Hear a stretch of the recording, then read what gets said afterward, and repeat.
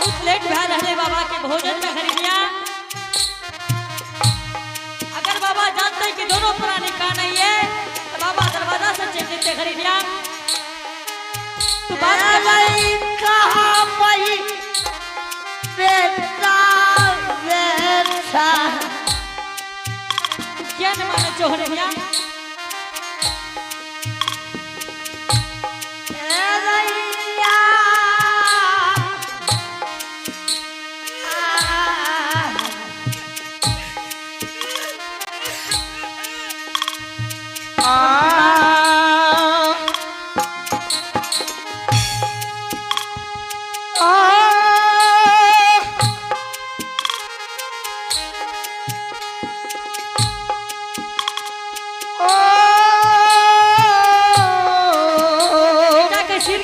तू घर से तो चोहरे भैया तू बात का माने किया ना बात माने चोहो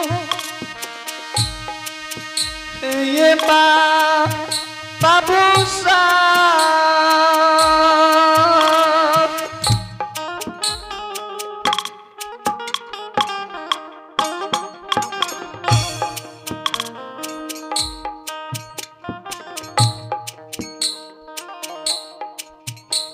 माने का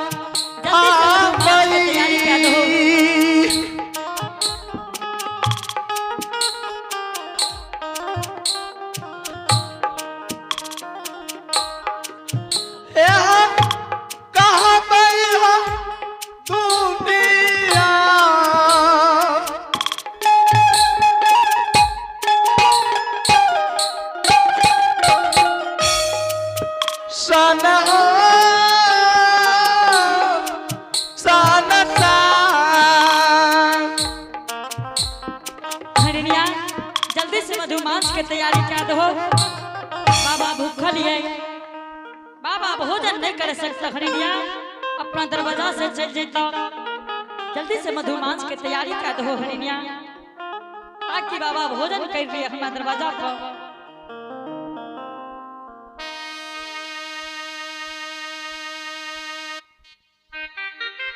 सुना सुना गई है स्वामी जी तू जल्दी से जा जल्दी से भोजन की तैयारी क्या दो।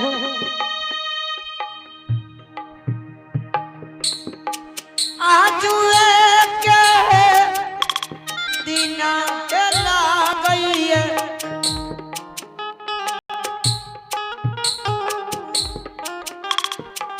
अशोक बाबा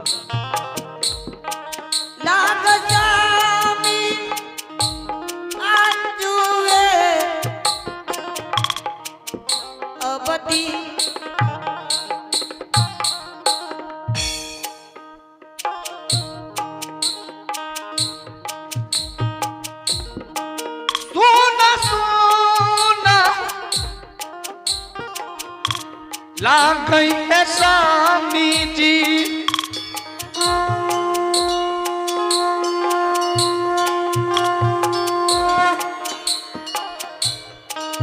आए घर में तू वहाँ रहेला गई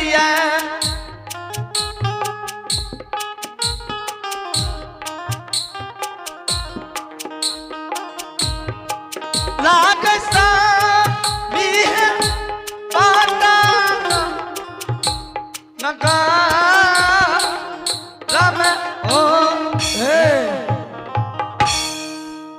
सेवा हाँ गुरुदेव।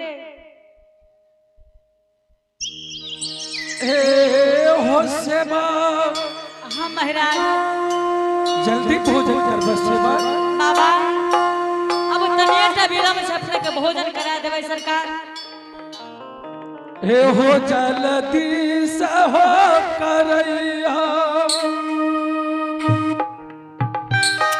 सेवा किया ताहू भजनमा या मैं होया।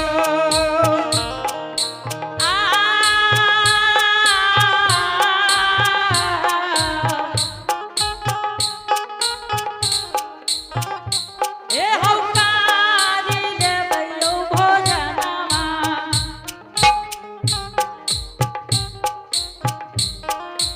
बाबा यौ केल बै हरि के सहारा ये हमार।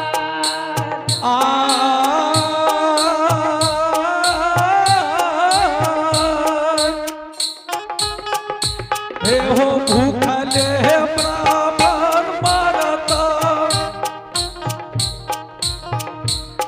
सेवा किया मारता हो तोहरा दुआर ये होया।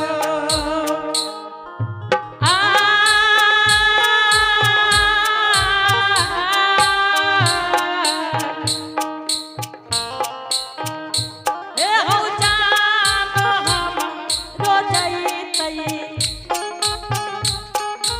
गुरुजी हो बचन न जैतै हमार रे होया।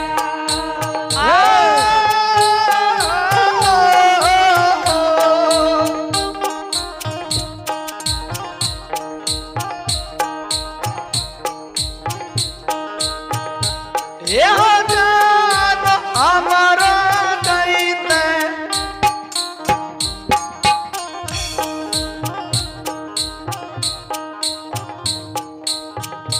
हे हो प्राण हमारा दैते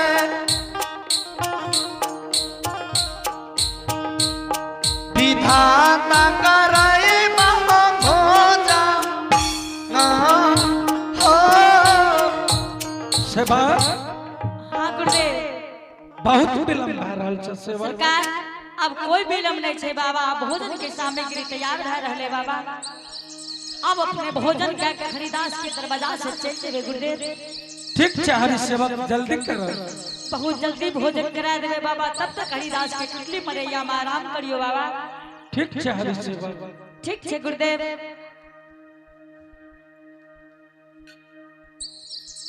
ए हो बारी बारी जा चनिया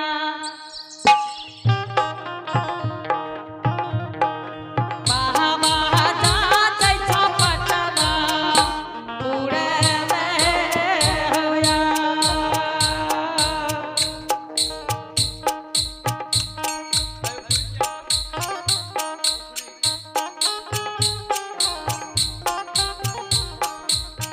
उखड़ियो दबाए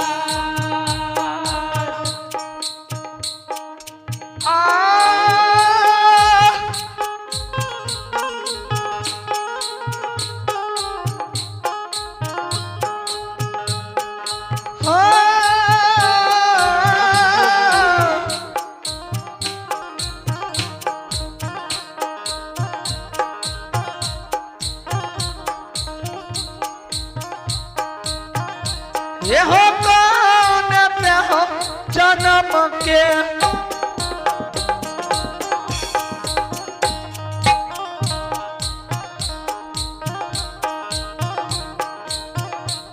एहो कौन ते हो जन्म के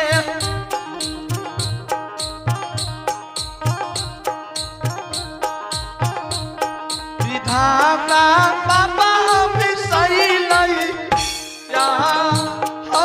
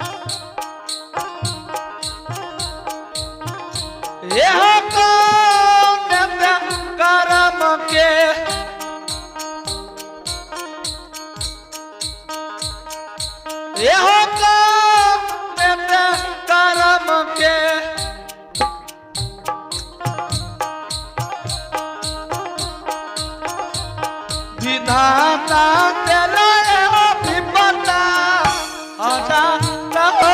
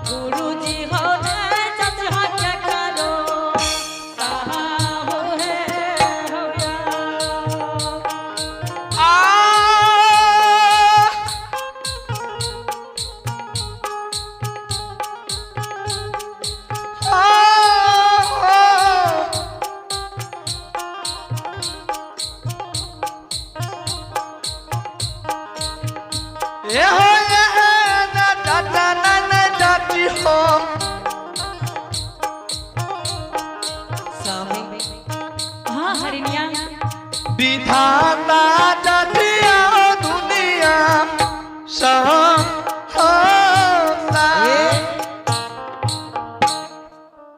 बेटा के रास नहीं चले रास नहीं चलिए चूल्हा के रास नहीं चले ये स्वामी ठीक छे खरिनिया बाबा से पूछ ले छे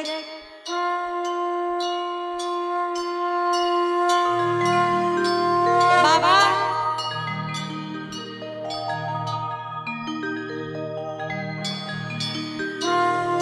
बाबा स्वामी हाँ हरिनिया जलावन लगावे छी, हाँ लेकिन रास नहीं चले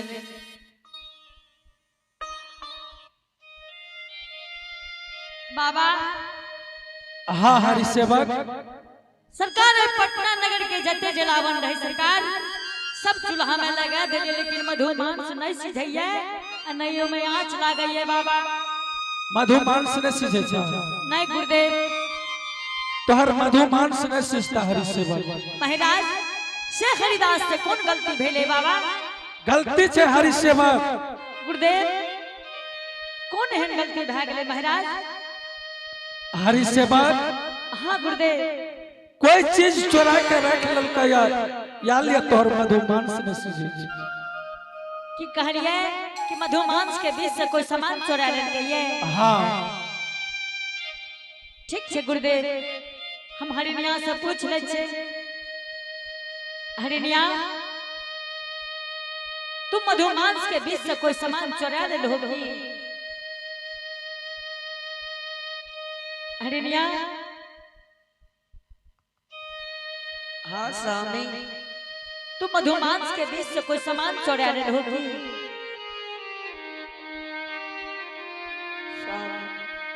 हाँ सोचलिए बेटा इस संसार से चले, हाँ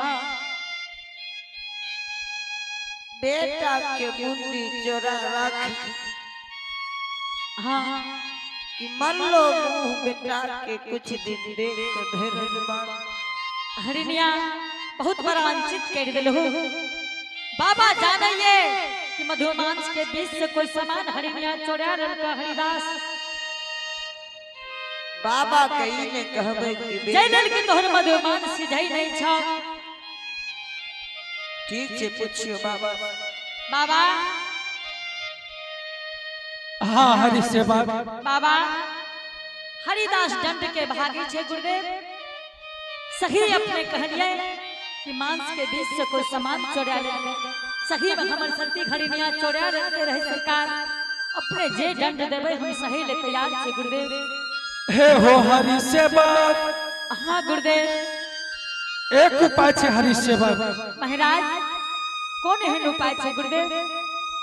सती हरिनिया जे चोरा के रखलकै या हाँ ओकरा उखली में चूर के मधुमांस में मिला दो तोर मधुमांस सिझ जते। की कहलिए बाबा कि हरिनिया जे चोरे तो ओकरा मधुमांस के कूट के मिला देबे। हाँ उखली में कूट के मधुमांस में मिला दो सिझ जते। तब मधुमांस सिझ जते ने। हाँ सिझ जते। ठीक छे बाबा। हरिनिया बाबा कहिए कि हरिदास जय समान मांस के बीच में से हरिनिया चोरल कहे ओकरा उखड़ी में कूट के मधुमांस में मिला दो।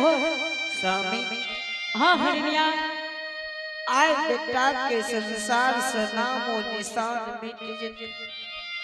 हरिनिया एक सत के कारण हाँ इस संसार में सुहासन बेटा के। हरिनिया ये बात नहीं बोलो। बाबा कहीं जाए जेता तो भोजन नहीं करता।